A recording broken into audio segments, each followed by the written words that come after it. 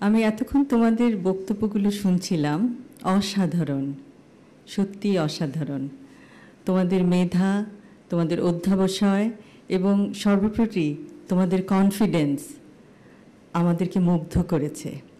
এবং আমরা আশা করব যে তোমরা তোমাদের জীবনে প্রত্যেক ক্ষেত্রে তোমরা সার্থক হও এবং দেশের মুখ উজ্জ্বল করো বিশ্বের দরবারে।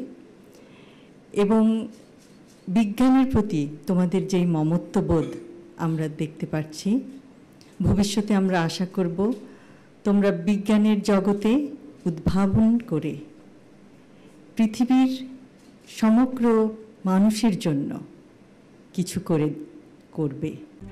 RICL TMX, যুগের পর যুগ স্থাপনা থাকে মজবুত এবং ইনশাল্লাহ আমাদের সবার সহযোগিতা পাবে।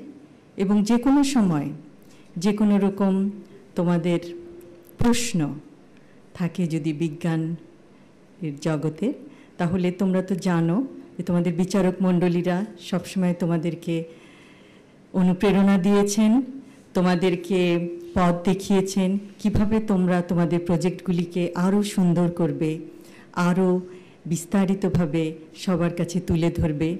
যে কোনো সময় তাদের কাছে যেতে পারো তোমাদের প্রশ্ন নিয়ে।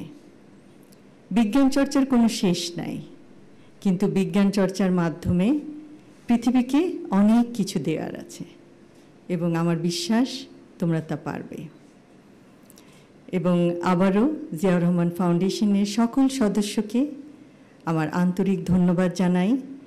এই পুরস্কার বিতরণী অনুষ্ঠানটি অত্যন্ত নিখুঁতভাবে পরিচালনা করার জন্য এবং এত বছর ধরে, প্রায় ২৬ বছর ধরে বাংলাদেশের এবং কিছু কিছু ক্ষেত্রে বিদেশের আপামর জনতার পাশে দাঁড়ানোর জন্য।